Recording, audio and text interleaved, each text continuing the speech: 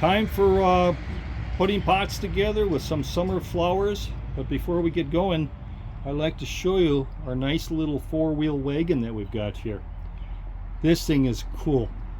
And for anybody that wants to go ahead and move things around in their yard or in their garden, it holds a lot, as you can see. And nice little handle on it. Goes back and forth. Great thing.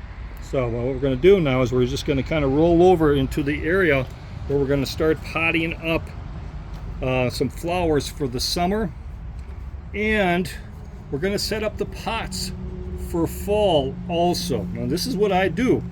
Works for me. Thought I'd pass it on to you. You may want to give it a try. But what I do is I go ahead and kind of remove most of the soil as much as possible on the back side of the pot. Now what I put down here, I'm going to show you.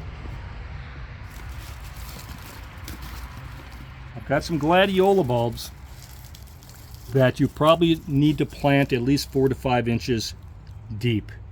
And by doing this, I'm going to put a couple gladiola bulbs on the back side of this pot. Now I'm going to put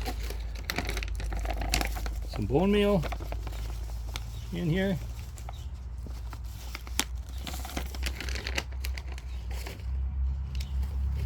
And then my next little item is going to be a Cypress King Tut Graceful Grasses. What I like about this is the fact that it doesn't get too tall, and it's just really ideal. And it's a different type of grass. Everybody kind of likes the spike. I like things different, and we're going to go ahead and put that one in. And where I'm going to put it is right in the front of the gladiola bulbs, so they've got room to come up in the back.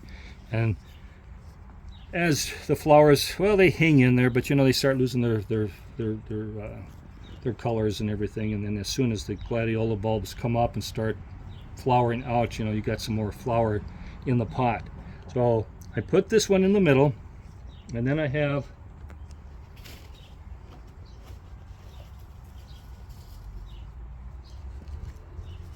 these gorgeous petunias, and they're called a Strawberry Sky. I love the speckled white inside the flower itself. And what I do here with this one is put it over here on the other side of the grass and put it down a little deeper, because when you buy some of these plants from the greenhouses, they're already pretty spindly, and this way it gives them a chance to kind of regroup and get a little bit stronger. Now I have one more I'm going to plant,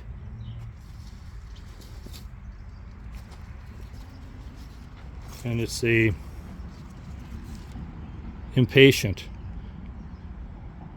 a hot pink impatient. Now what I really like about the impatiens now is the fact that the impatiens that you buy are for sun and shade, but you got to make sure that you are getting the ones that are sun and shade. So when you go to the greenhouse, you know, ask for the ones for the sun and shade, or if you just need something for the shade, they still have those yet too. But I'm going to put this one on the other side and plant it as deep as I can. And then, now you may say, well, geez, is that all you're going to put in there? We got to remember that this stuff is going to get big, and then pretty soon, if you put something else in the small little areas that look like they're bare, well, they're going to probably, one or the other is going to just get really, you know, aggressive and grow a lot better than the other one. That's why I only do this, and then the petunia will start to cascade, and you can take the petunia, kind of wrap it around the impatient if you like. And then I go ahead and put a little bit more of the bone meal around it.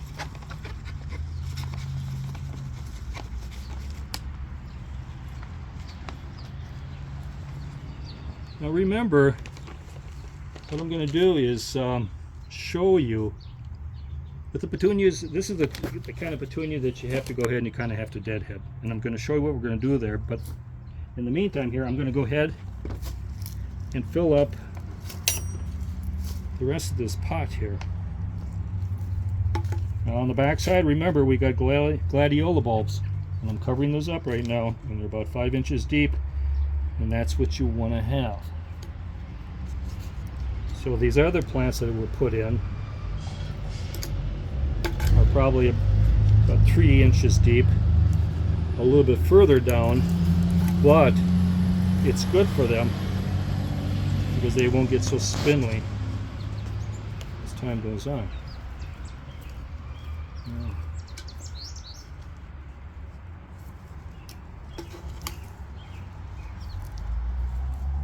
and as you put the soil in, what happens, it goes ahead and kind of closes the gaps anyway, because when planting them a little bit deeper,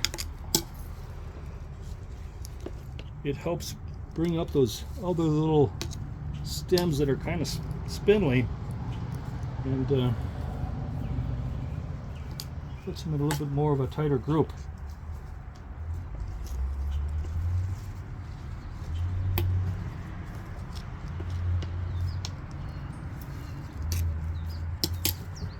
I don't like to put soil all the way right to the top because it's going to settle, and you like to water and have the water kind of, fill up to the top up here for a little bit when you water, so it doesn't overflow and make a mess if you overfill with soil. So that's what I do with this one here. And then I also like to, with our guests when they arrive, I always like to kind of roam around in the garden. I like to know what's in the pots, so I go ahead and I just kind of use the little markers, put it along next to it. We got ourselves the grass. I'll put the grass on the side here, and then we have one here for the impatient, and I'll put that one right there. And if any guests like to know what kind of flower we got going on in here, they can go ahead and photo it and go. So here it is. I mean, I think it's great because it's going to get bigger, and the impatiens get larger, petunia cascades, the grass gets bigger, and then you're going to have the gladiolas on the back side. So I've got multiple other pots I have to fill. I wanted to share this with you. Give me a thumbs up if you like it, and subscribe. Happy gardening.